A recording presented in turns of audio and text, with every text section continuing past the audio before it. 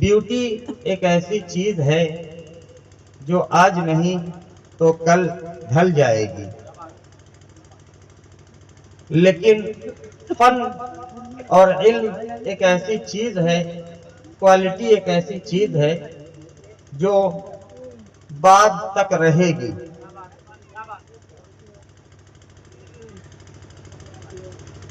نہایت ہی مناسب بات ہے، اور میں تو مفتی صاحب قبلہ کی بات کی تائید میں ایک قدم اور بڑھ کر گفتگو کرنا چاہوں گا کہ فن بھی اور دیگر علوم بھی ایک وقت کے بعد کام نہیں آتے۔ علماء بیٹھے ہیں، میری بات سے اتفاق کریں گے کہ دیگر علوم اور دیگر فنون ایک وقت کے بعد کام نہیں آتے۔ اچھی تعلیم حاصل کیجئے، اچھا ڈاکٹر بنیے، ایم ڈی میڈیسن کیجئے یا ایم بی بی ایس کیجئے، اچھا ڈاکٹر آپ بنیے، لیکن ایک عمر کے بعد آپ کو ریٹائرمنٹ لینی پڑے گی۔ 60 سال، 65 سال، 70 سال ہاتھوں میں وائبریشن جیسی ایک فیلنگ پیدا ہو جائے گی اور ہاتھ آپریشن نہیں کر پائیں گے۔ تو ایک عمر کے بعد علم فائدہ نہیں دے پا رہا، پڑھا لیے تو پڑھا لیے، ورنہ خود عمل نہیں کر پا رہے ہیں۔ انجینئر بنیے، 50 سال 55 سال انجینئر تھے، 60 سال سرکاری نوکری تھی، اچھی جاب تھی، لیکن گورنمنٹ نے کہا نہیں، ایک مقررہ وقت کے بعد ہم آپ کو ریٹائر کر دیں گے۔ معلوم ہوا کہ آگے آپ سے کام نہیں لیا جائے گا۔ کیوں؟ کیونکہ اب آپ کے علم کی ضرورت انہیں نہیں ہے۔ اچھا انجینئر تھا، لیکن اب ریٹائر ہو گئے۔ کیا ہوا صاحب؟ اب آپ کے علم کی ضرورت انہیں نہیں ہے۔ جتنے دنوں آپ نے خدمت دی، اچھی خدمت دی، لیکن اب آپ پر بھروسہ نہیں ہے، کیونکہ آپ کی آنکھیں کمزور ہو رہی ہیں، اور انہی آنکھوں کے ساتھ دنیا یہ کہہ رہی ہے آپ اپنے علم کا صحیح استعمال نہیں کر پائے۔ اللہ اکبر، یہ دنیاوی علوم ہے، لیکن کسی نے مصطفیٰ جان رحمت صلی اللہ علیہ وسلم کی قائم کردہ درسگاہ جو صفہ کے چبوترے پہ حضور سرور کائنات صلی اللہ علیہ وسلم نے قائم کی، اور جس کی برانچز پھیلتی گئی، پوری دنیا میں پھیلی، جسے ہم مدارس اسلامیہ کہتے ہیں، اگر بچے نے وہاں تعلیم حاصل کی ہے، مصطفیٰ جان رحمت صلی اللہ علیہ وسلم کے علم کو حاصل کیا ہے، مصطفی علم کو حاصل کیا ہے، دینی علم کو حاصل کیا ہے، تو اسے ریٹائرمنٹ کی ضرورت نہیں پڑے گی، بلکہ ہوگا یہ کہ جس قدر عمر بڑھتی جائے گی، فتوے کا اثر اس قدر بڑھتا جائے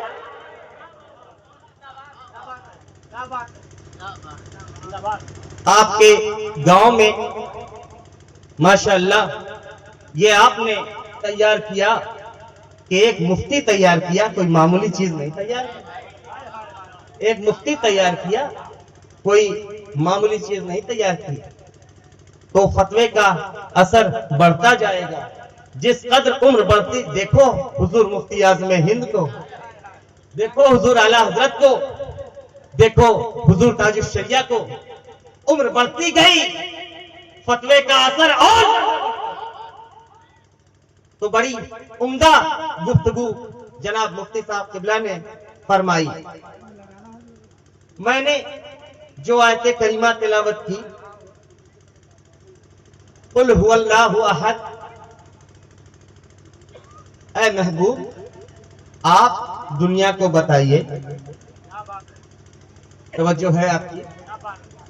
توجہ ہے آگے سے پیچھے تک؟ ایک بار یا رسول اللہ. ماشاءاللہ. صرف چیک کرتا ہوں کہ پہنچ پا رہا ہوں یا نہیں، اور کچھ نہیں. آپ خاموشی سے بھی سنیں، میرے لیے کافی ہے. ایک بار درود شریف پڑھیں صلی اللہ علیہ رسول اللہ صلی اللہ علیہ وسلم. ایک اور بار درود شریف پڑھیں.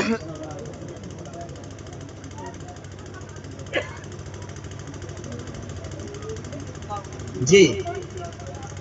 تو اللہ رب العزت نے ارشاد فرمایا اے محبوب آپ یہ بات دنیا والوں کو بتائیے کہ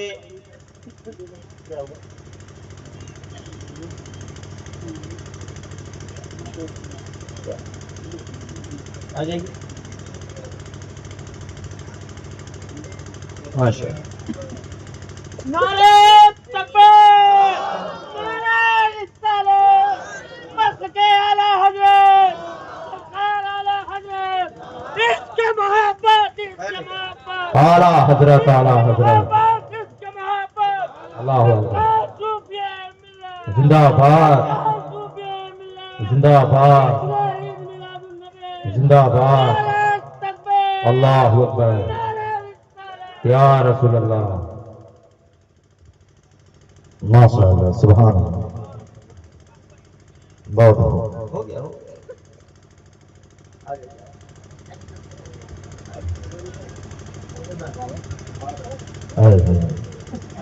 جزاک اللہ، جزاک اللہ.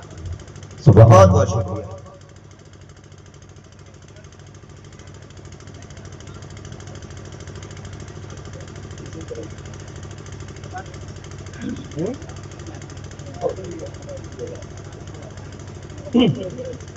بہرحال تو اللہ رب العزت نے ارشاد فرمایا اے محبوب بہت عمدہ مائک لگایا ہے، تو اب گفتگو بھی انشاءاللہ تھوڑی دیر ہم کریں گے.